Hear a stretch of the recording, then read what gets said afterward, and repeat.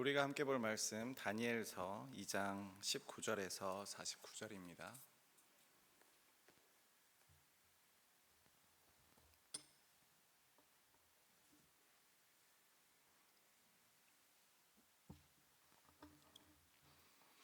다니엘서 2장 19절에서 49절인데 긴 관계로 31절부터 49절까지 교독하겠습니다.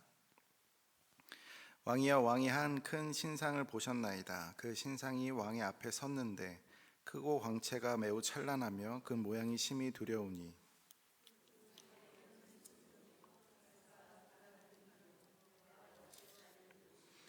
그 종아리는 쇠요, 그 발은 얼마는 쇠요, 얼마는 진흙이었나이다.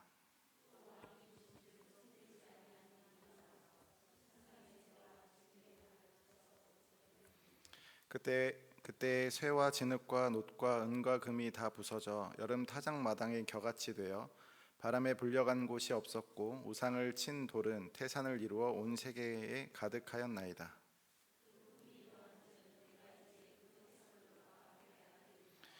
왕이여, 왕은 여러 왕들 중에 왕이시라. 하늘의 하나님이 나라와 권세와 능력과 영광을 왕에게 주셨고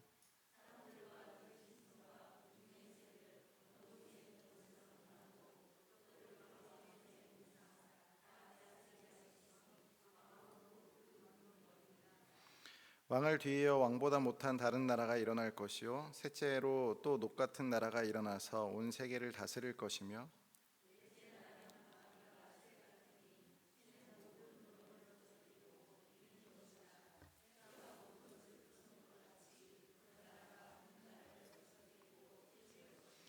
왕께서 그 발과 발가락이 얼마는 토기장이의 진흙이요 얼마는 쇠인 것을 보셨은즉 그 나라가 나누일 것이며 왕께서 쇠와 진흙이 섞인 것을 보셨은즉 그 나라가 쇠 같은 든든함이 있을 것이나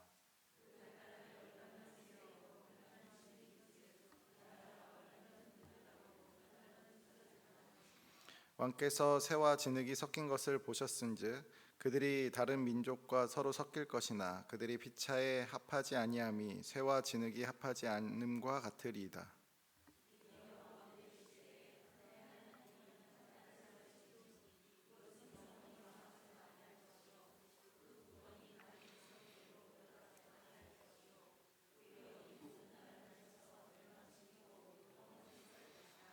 손대지 아니한 돌이 산에서 나와서 쇠와 녹과 진흙과 은과 금을 부서뜨린 것을 왕께서 보신 것은 크신 하나님이 장래 일을 왕께 알게 하신 것이라.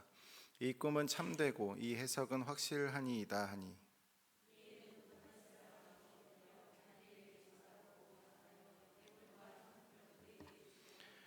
왕이 대답하여 다니엘에게 이르되 너희 하나님은 참으로 모든 신들의 신이시요 모든 왕의 주제시로다.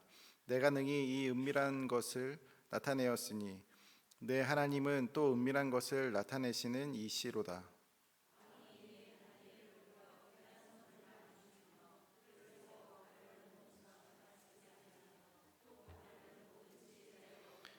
함께 읽습니다.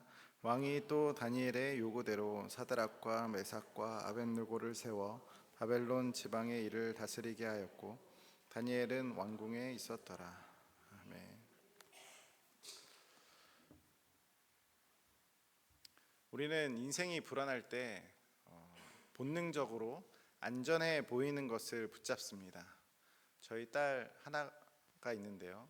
둘이 있는데 그 중에 첫째는 사람을 좀 가립니다. 낯을 좀 많이 가립니다. 그래서 청년들에게 관심이 참 많지만 청년들 때가 몰려와서 관심을 보이기 시작하면 저에게로 피해서 제 손을 꽉 붙잡습니다.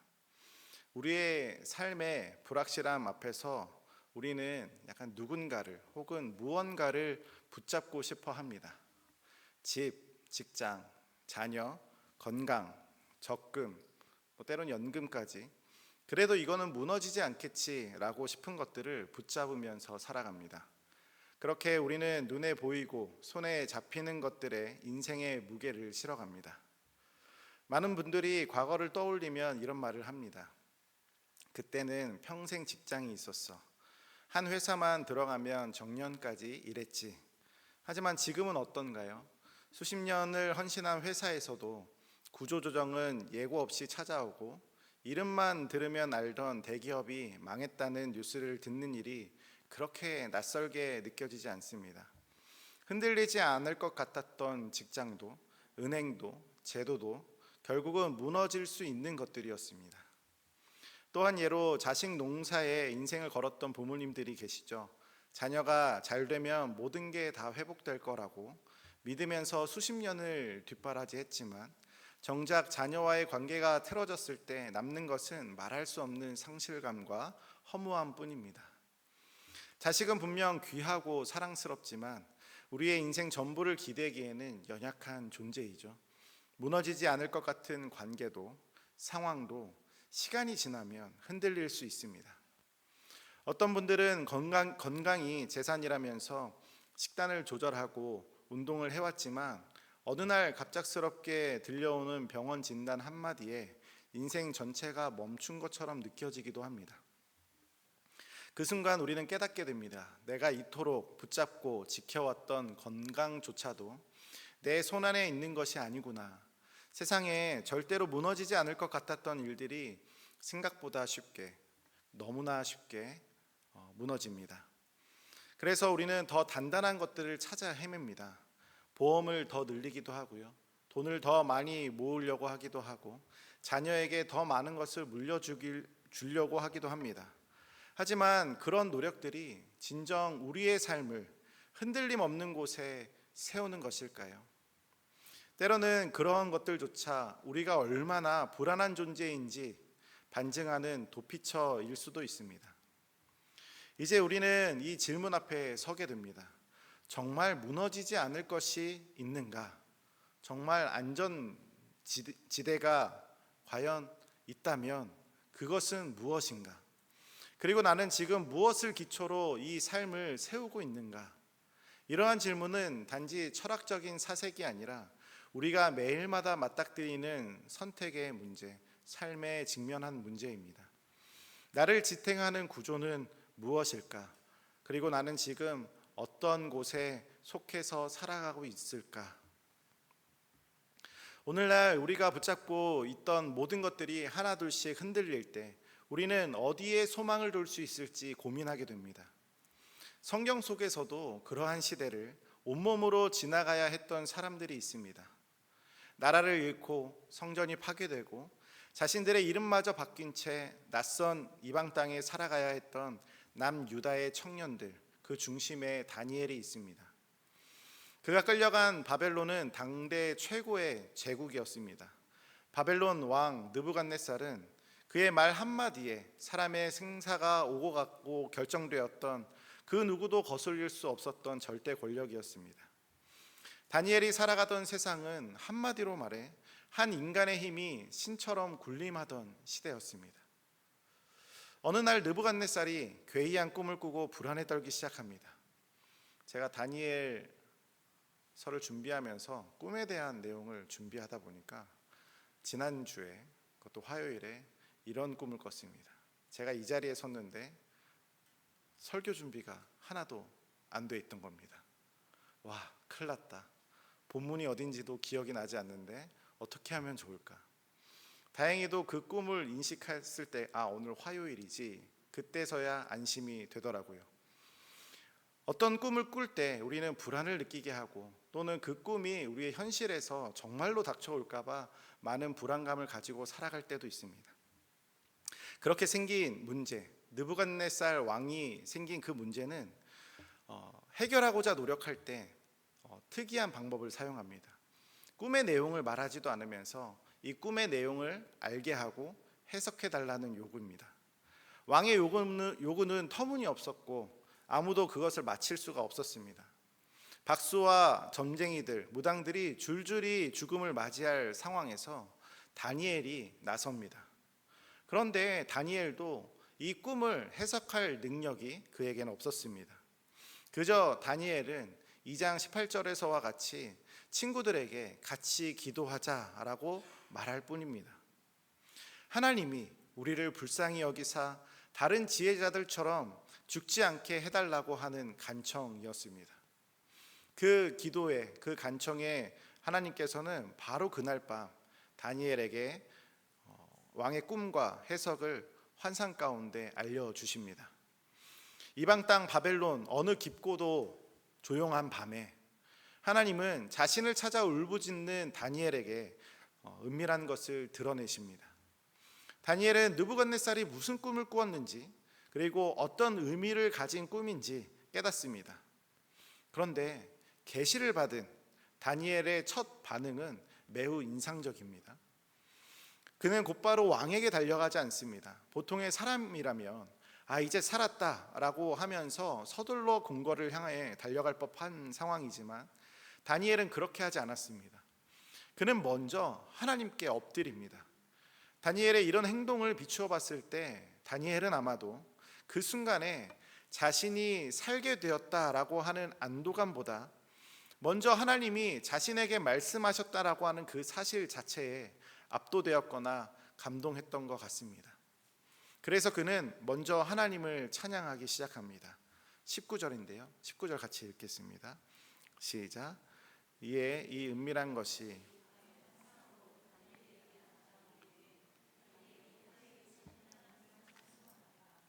다니엘은 하나님의 뜻을 알아차렸을 때, 깨달았을 때 그 계시를 이용하거나 활용하기보다 먼저 하나님이 누구이신지를 기억하고 그분 앞에 마음을 열고 엎드립니다. 즉 다니엘에게 중요한 것은 정답을 알게 되었다라고 하는 그 사실 자체보다 그 정답을 알게 하신 하나님과의 관계였습니다. 그는 하나님께서 자신에게 귀한 진리를 보여주신 것에 감격하면서 그분을 높이고 찬양하는 일로 반응합니다. 다니엘은 지혜를 얻은 것이 그 자체가 목적이 아니라 그 지혜를 주신 분을 먼저 바라보는 믿음의 사람이었습니다. 그때 다니엘의 입에서 터져나온 기도는 단순한 감사가 아닙니다. 그것은 계시 앞에서의 감격을 넘어서 하늘 보좌 앞에 울려지는 경배와 신앙 고백이었습니다. 그는 이렇게 찬양합니다. 20절입니다. 같이 읽겠습니다. 다니엘이 말하여 이르되 영원부터 영원까지 하나님의 이름을 찬송할 것은 지혜와 능력이 그에게 있음이로다. 지혜와 능력이 그에게 있음이로다. 지혜와 능력, 이 두 단어는 이 당시 다니엘을 둘러싼 세상이 자랑하던 최고의 가치였습니다. 바벨론은 세계 최고의 문명과 학문을 가진 나라였고 그 중심에는 느부갓네살이라고 하는 권력의 화신이 있었습니다. 하지만 다니엘은 선포합니다. 참된 지혜는 바벨론이 아니라 하나님께 있고 진짜 능력은 느부갓네살이 아니라 하나님께 있다고. 그의 기도는 계속해서 하나님의 주권적 통치를 시적으로 고백합니다. 21절 같이 읽겠습니다. 그는 때와 계절을 바꾸시며 왕들을 패하시고 왕들을 세우시며 지혜자에게 지혜를 주시고 총명한 자에게 지식을 주시는도다. 그는 때와 계절을 바꾸시며 왕들을 패하시고 왕들을 세우신다. 바벨론의 왕이 자기 자신을 절대자라고 여겼을지 몰라도 다니엘은 지금 진짜 시간의 주관자, 역사의 설계자, 왕국의 흥망을 결정하시는 분은 오직 하나님이심임을 고백하고 있습니다. 이것은 단순한 찬양이 아니라 세상의 질서에 대한 신앙적 저항이기도 하면서 하나님의 질서를 다시 세우는 선언이기도 합니다. 지혜자에게 지혜를 주시고 총명한 자에게 지식을 주시는 도다라고 하는 고백은 이 꿈의 해석이 인간의 총명함이나 학식으로 된 것이 아님을 분명하게 밝힙니다. 다니엘은 자신을 들어쓰신 하나님께 모든 영광을 돌리면서 그분의 지혜가 얼마나 높고 얼마나 깊은지를 선포합니다. 이어지는 고백은 더 깊은 믿음의 내면으로 들어갑니다. 22절입니다. 그는 깊고 은밀한 일을 나타내시고 어두운 데에 있는 것을 아시며 또 빛이 그와 함께 있도다. 다니엘은 지금 세상의 어둠 가운데 있습니다. 성전은 무너졌고 민족은 흩어졌고 지금 있는 바벨론은 영적으로 가장 어두운 땅입니다. 그러나 그는 그곳에서 선언합니다. 하나님은 그 어둠 속에서도 보고 계시고 아시고 결국 빛으로 드러내시는 분이라고. 이 고백은 단지 그냥 깨달음이 아니라 절망 속에서도 하나님께서 결코 멀리 계시지 않는다는 확신에서 나오는 고백입니다. 이방 제국의 중심에서도 하나님은 여전히 그곳에 계셨고 여전히 말씀하셨고 여전히 다스린다라고 하는 선포입니다. 마지막으로 다니엘은 이렇게 기도를 합니다. 23절에서 나의 조상들의 하나님이여 주께서 이제 내게 지혜와 능력을 주시고 내가 주께 감사하고 주를 찬양하나이다. 여기서 나의 조상들의 하나님이라고 하는 표현은 특히나 의미가 있습니다. 보통이라면 나의 하나님이라고 고백하는 것이 맞을 텐데 나의 조상들의 하나님이라고 이야기하고 있죠. 우리가 기도할 때 나의 어머니의 하나님이시여 라고 기도하시는 분 혹시 계십니까? 나의 아버지의 하나님이시여, 나의 아버지 김재열의 하나님이시여, 이렇게 기도하시는 분은 아마도 없을 겁니다. 그런데 다니엘은 나의 조상들의 하나님이라고 이야기합니다. 이 고백은 다니엘이 자신이 어디에 속한 자인지, 누구 언약 아래에 있는 백성인지를 잊지 않았다라고 하는 증거입니다. 그는 지금 바벨론의 궁정에 있지만 여전히 하나님 나라의 백성으로서 아브라함과 이삭과 야곱의 하나님을 기억하고 그 언약의 줄기 안에서 자신을 세우고 있습니다. 그에게 하나님의 계시는 단순한 정보가 아니라 자신의 정체성을 다시 세우는 회복이었습니다. 그래서 다니엘의 기도는 곧 자신의 삶이 속한 나라가 바벨론이 아니라 하나님 나라임을 다시 선포하는 예배의 현장이었죠. 이 깊은 예배와 고백을 마친 다니엘은 비로소 움직입니다. 하나님께서 주신 계시를 마음에 새기고 하나님께서 누구이신지를 찬송한 후에야 그는 행동에 나섭니다. 그는 곧장 왕의 경호대장 아리옥에게 나아가서 이렇게 말합니다. 24절입니다. 같이 읽겠습니다. 시작. 이에 다니엘은 왕이 바벨론 지혜자들을 죽이라 명령한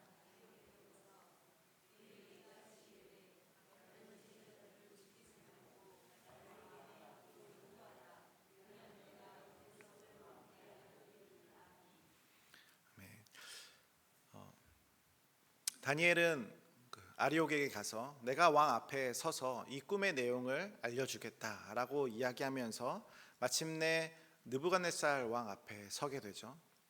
포로로 끌려온 유대 청년 다니엘이 바벨론 제국의 절대 권력자인 느부갓네살 왕 앞에 서게 됩니다.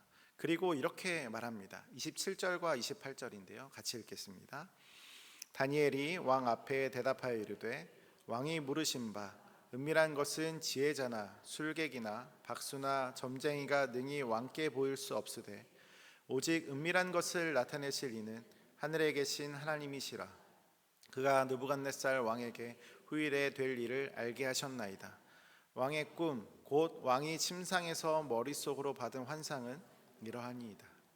다니엘이 왕 앞에 서서 말할 때 다니엘은 계시를 가지고 행동하지만 답을 가지고 행동하지만 그 꿈의 해석을 통해서 자신의 이름을 높이려고 하지 않았고 왕의 환심을 살려고도 하지 않았습니다. 다니엘에게 중요한 것은 지금 하나님께서 보여주신 그 진리의 내용을 진실하게 전하는 것이었습니다. 당시 상황을 떠올려 보면 이 장면은 단순한 궁정에서 일어난 작은 사건이 아닙니다. 바벨론의 왕은 지금 초조함과 불안에 휩싸여 있고 모든 지혜자들이 무능하다라고 하는 그 사실 앞에 분노로 가득 차 있습니다. 행여나 그 앞에서 실수를 하면 어쩔까 그렇게 노심초사할 수밖에 없는 자리임에도 그곳에 지금 다니엘은 당당하게 하나님의 이름으로 서 있습니다. 위협과 권위가 넘실거리는 그 자리에서 다니엘은 오직 한 가지를 말합니다. 오직 은밀한 것을 나타내실 이는 하늘에 계신 하나님이시라. 그는 단호하게 말합니다. 이 꿈과 해석은 사람의 능력에게서 나온 것이 아니라 하나님께서 친히 왕에게 말씀하신 것이라고 말합니다. 바벨론의 모든 지혜자들이 실패한 그 자리에서 한 유대 청년이, 포로인 그 한 청년이 하나님의 이름으로 그 진리를 선포하는 이 장면은 단순한 정보의 전달이 아니라 하나님 나라가 이 바벨론이라고 하는 세상 한복판에 침투하고 있는 순간입니다. 하나님 나라가 임하고 있다는 뜻이죠. 다니엘은 침착하게 왕의 꿈을 하나하나 묘사하기 시작합니다. 왕이여, 왕은 한 큰 신상을 보셨나이다. 꿈을 해석하기 전에 먼저 어떠한 꿈을 꾸었는지 그 내용에 대해서 상세하게 되살려냅니다. 그것은 사람의 형상을 한 거대한 우상이었습니다. 금빛으로 빛나는 머리, 은으로 된 가슴과 팔, 노수로 된 배와 널쩍다리, 쇠로 된 다리, 그리고 마지막으로 쇠와 진흙이 섞인 발. 이 우상은 겉으로 보기에 찬란하고 웅장했습니다. 그런데 그 구조의 흐름 속에 숨겨진 진실이 있었습니다. 위에서 아래로 내려갈수록 점점 약해지는 금속의 구성이죠. 겉으로 보기에 화려하고 위험 있어 보이지만 그 안은 점차 무르고 깨지기 쉬운 구조로 되어 있습니다. 이 우상은 단단해 보이지만 불안정한 기초 위에 서 있는 존재입니다. 그리고 다니엘은 이 신상에 대해서 해석하기 시작합니다. 금으로 된 머리는 왕입니다. 느부갓네살 왕이십니다. 하나님께서 왕에게 나라와 권세와 능력과 영광을 주셨다라고 분명히 말하고 있죠. 그런데 그 왕 뒤에 왕보다 못한 나라가 등장하고 그 다음에는 더 약한 나라가 이어지고 결국엔 쇠와 진흙이 섞인 마지막 제국에 이르게 된다라고 말합니다. 여기서 다니엘은 단순히 금으로 된 나라, 은으로 된 나라, 어떠한 역사적 제국의 계보를 설명하는 것이 아닙니다. 그는 인간의 나라들이 결국 쇠퇴하고 분열된다는 구조적 진실을 말하고 있는 겁니다. 어떠한 권력도 어떠한 문명도 시간이 흐를수록 약해지고 결국 혼합되고 마침내 무너지게 된다라고 하는 메시지를 전달하고 있는 거죠. 그런데 이 꿈의 진정한 핵심은 신상 자체가 아닙니다. 모든 것을 뒤바꾸는 전환점이 갑작스럽게 등장하기 때문이죠. 34절입니다. 34절 같이 읽겠습니다. 또 왕이 보신즉 손대지 아니한 돌이 나와서 신상의 쇠와 진흙의 발을 쳐서 부서뜨리매. 여기서 손대지 아니한 돌이라고 하는 표현은 매우 중요합니다. 사람이 만든 것이 아니라는 뜻입니다. 인간의 손과 인간의 의도가 개입되지 않는 초월적 기원에서 비롯된 돌. 이 돌이 어디를 치냐면 신상의 머리나 몸통이 아니라 가장 약한 지점인 발을 노립니다. 그 순간 전체 신상은 곧 무너지게 됩니다. 금, 은, 놋, 쇠, 진흙 모두 여름 타작 마당의 겨처럼 바람에 날아가 버립니다. 그 거대하고 화려한 존재는 순식간에 흔적도 없이 사라집니다. 그리고 그 돌이 태산을 이루어서 온 세계에 가득하게 됩니다.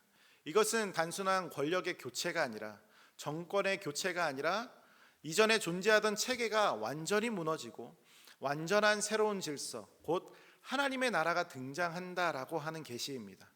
다니엘은 분명히 말합니다. 44절입니다. 같이 읽겠습니다. 이 여러 왕들의 시대에 하늘에 하나님이 한 나라를 세우시리니 이것은 영원히 망하지도 아니할 것이요 그 국권이 다른 백성에게로 돌아가지도 아니할 것이요 도리어 이 모든 나라를 쳐서 멸망시키고 영원히 설 것이라. 하나님이 세우시는 나라는 인간의 손으로 세워지는 것이 아니고 이전의 나라들처럼 약해지거나 흩어지는 구조를 가지지 않습니다. 그 나라는 완전하고 대체되지 않고 마침내 모든 것을 삼켜버리는 영원한 나라입니다. 다니엘은 이 모든 것을 마친 후에 이렇게 결론 짓습니다. 45절에 이 꿈은 참되고 이 해석은 확실합니다. 단지 신비한 정보를 제공하는 것이 아니라 이것은 확실한 진리라고 하는 것을 말하고 있죠. 다니엘은 지금 역사의 본질, 인간 제국의 운명, 하나님 나라의 본성을 선포하고 있습니다. 인간이 아무리 쌓아 올려도 그 기초가 진흙이라면 무너질 수밖에 없습니다. 그러나 하나님께서 친히 세우시는 나라는 그 시작이 작고 보잘것없이 보여도 반드시 자라고 세상에 가득하며 반드시 무너지지 않습니다. 그리고 바로 이 나라가 우리가 소속되어야 할 참된 나라이죠. 이 꿈의 해석 앞에 반응은 이 느부갓네살과 다니엘의 확연한 차이를 드러냅니다. 느부갓네살은 다니엘의 해석을 듣고 엎드려 절하며 예물과 향품을 다니엘에게 줍니다. 그리고 이렇게 말합니다. 47절입니다. 함께 있습니다. 왕이 대답하여 다니엘에게 이르되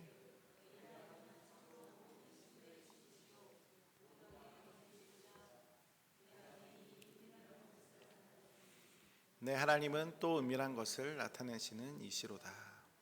내 하나님은 참으로 모든 신들의 신이요 모든 왕의 주제시로다. 표면적으로는 굉장히 위대한 신앙의 고백처럼 들리지만 자세히 보면 느부갓네살은 여전히 하나님을 너의 하나님이라고 부릅니다. 다니엘의 하나님 놀랍고 위대하지만 느부갓네살의 하나님은 아닙니다. 그는 감탄했습니다. 그 계시가 얼마나 정확하고 얼마나 놀라운지를 인정했습니다. 그러나 그 감탄이 회심으로, 예배로, 자기 삶의 방향을 바꾸는 반응으로 이어가지는 않았습니다. 반면 다니엘은 어떠했죠? 그는 하나님의 계시 앞에 먼저 엎드립니다. 해석을 얻은 순간 예배했고 하나님을 나의 조상들의 하나님이라고 부르면서 하나님의 언약 안에 있는 자신의 정체성을 다시 확인했습니다. 계시를 받았다는 점에서 다니엘도 느부갓네살도 같았습니다. 그러나 한 사람은 계시를 통해 하나님 앞에 무릎을 꿇었고 다른 한 사람은 사람 앞에만 무릎을 꿇었습니다. 이 장면은 오늘 우리에게 중요한 질문을 던집니다. 우리는 하나님의 말씀을 얼마나 정확히 이해했느냐 보다 그 말씀 앞에서 어떻게 반응하느냐, 그것이 진짜 믿음이라는 것이고 그것이 우리가 증명해내야 할 믿음이라는 겁니다. 감탄은 누구나 할 수 있습니다. 그러나 예배는 전혀 다른 반응입니다. 하나님을 그분이라고 말하는 것과 나의 하나님이라고 고백하는 것은 전혀 다른 차원의 태도입니다. 중고등부 수련회를 가다 보면 정말 많은 사람들이 모이는 그 집회 현장 가운데서 우리 청소년 아이들이 그렇게 이야기합니다. 와, 정말 대단하다. 이곳에 정말 음악성이 뛰어나고 사람들이 정말 기쁘게 찬양하더라.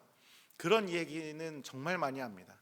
그러나 정작 그곳에서 나의 하나님을 만났다라고 이야기하는 청소년은 너무나 적습니다. 청년들도 동일합니다. 오랫동안 신앙생활을 해왔지만 정말 그 하나님 있는 것 같지만, 부모님을 보면, 성문교회 공동체를 보면 하나님이 있는 것 같지만, 그러나 그 하나님이 나의 하나님이 되기까지는 아직 거리가 먼 청년들이 있습니다. 사랑하는 여러분, 우리가 설교 서두에 던졌던 질문을 다시 한번 떠올려 보겠습니다. 나는 지금 무엇을 기초로 삶을 세우고 있는가? 정말 무너지지 않을 것이 있는가? 우리는 직장, 자녀, 건강, 재정, 관계와 같은 비교적 단단해 보이는 것들에 의지하면서 살아갑니다. 하지만 다니엘서 2장의 환상은 그 모든 것들이 실은 진흙과 쇠처럼 섞여 있는, 언젠가는 무너질 구조라는 것을 보여줍니다.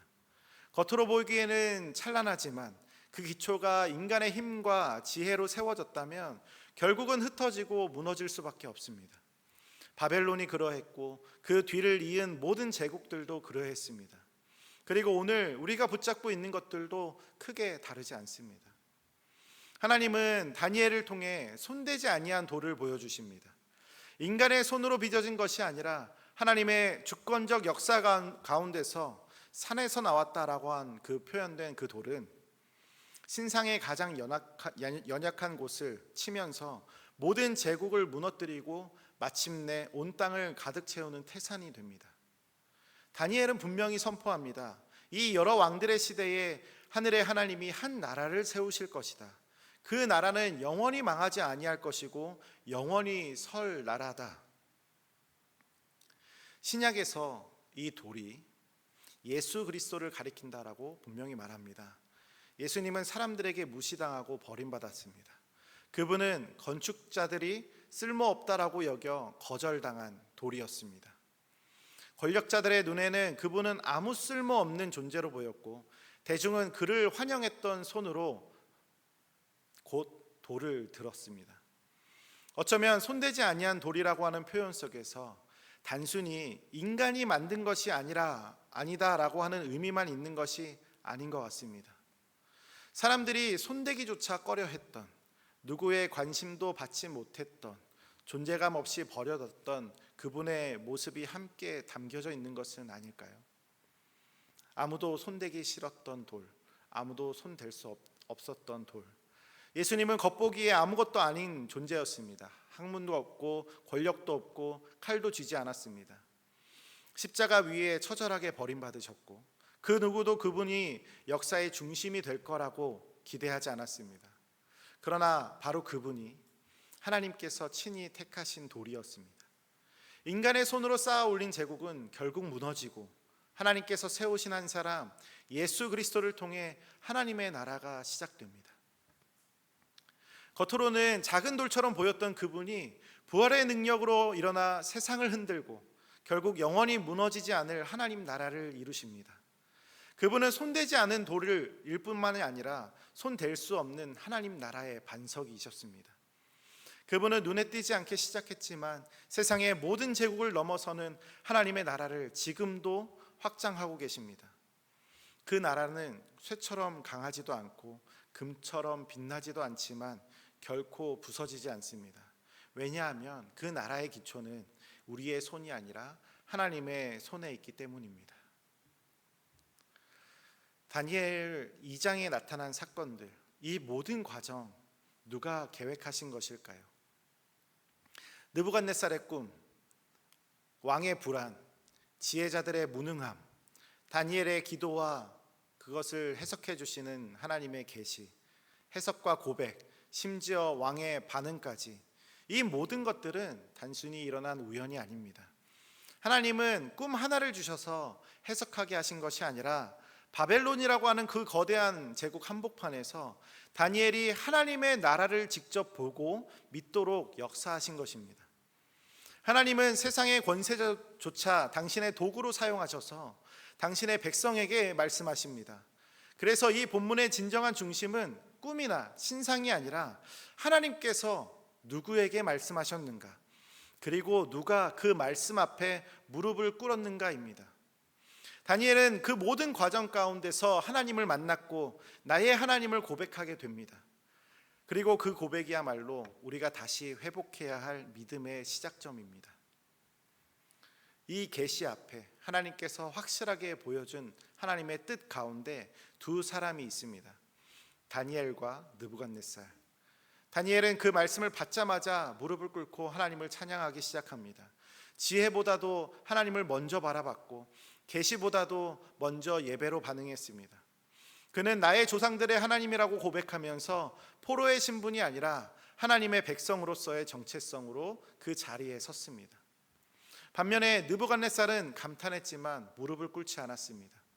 그는 내 하나님은 위대하다라고 말했지만 여전히 자신의 나라 바벨론에 속해 있습니다. 하나님의 나라를 바라보았지만 그 안에 들어가지는 않았습니다. 다니엘은 하나님 앞에 엎드렸지만 느부갓네살은 다니엘 앞에 엎드렸습니다. 여러분, 지금 우리는 어디에 서 있습니까?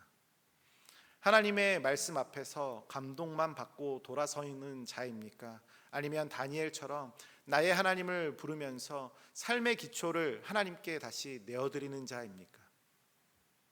마음을 움직이는 것은 감탄일 수 있지만 인생의 방향을 바꾸는 것은 예배입니다. 예배는 정체성의 반응입니다. 말씀 앞에 반응하는 사람은 하나님 나라에 속한 사람입니다. 그리고 그 사람은 무너질 수 없는 삶을 살아갑니다. 다니엘은 그렇게 두려워 떨면서 하나님 앞에 자신이 긍휼 받아야 되는, 자신의 목숨을 살려달라고 외칠 수밖에 없었던 그 다니엘이 어떻게 해서 느부갓네살 왕 앞에 담대하게 설 수 있었을까요? 그는 그 꿈속에서 하나님 나라의 백성임을 다시 한번 확인했기 때문입니다. 무너지지 않는 그 나라의 백성이 바로 다니엘이라고 하는 사실을 그는 믿었습니다. 하나님은 오늘도 말씀하십니다. 무너지지 않을 나라에 속해야 한다. 지나가는 것에 목숨을 걸지 말고 영원한 것에 너를 심어야 한다. 예수 그리스도, 그분은 사람이 손대지 않았고 사람들은 손대기조차 꺼려했던 돌이지만 하나님은 그분을 들어서서 세상의 기초로 세우셨습니다. 그리고 오늘 우리에게 말씀하십니다. 이 돌 위에, 이 반석 위에 너의 삶을 세워라. 이 반석은 무너지지 않는다. 오늘 우리도 그 말씀의 반석 위에 굳게 서서 믿음의 예배로 결단과 헌신으로 응답하는 저와 여러분들 되길 간절히 소망합니다. 함께 찬양하겠습니다.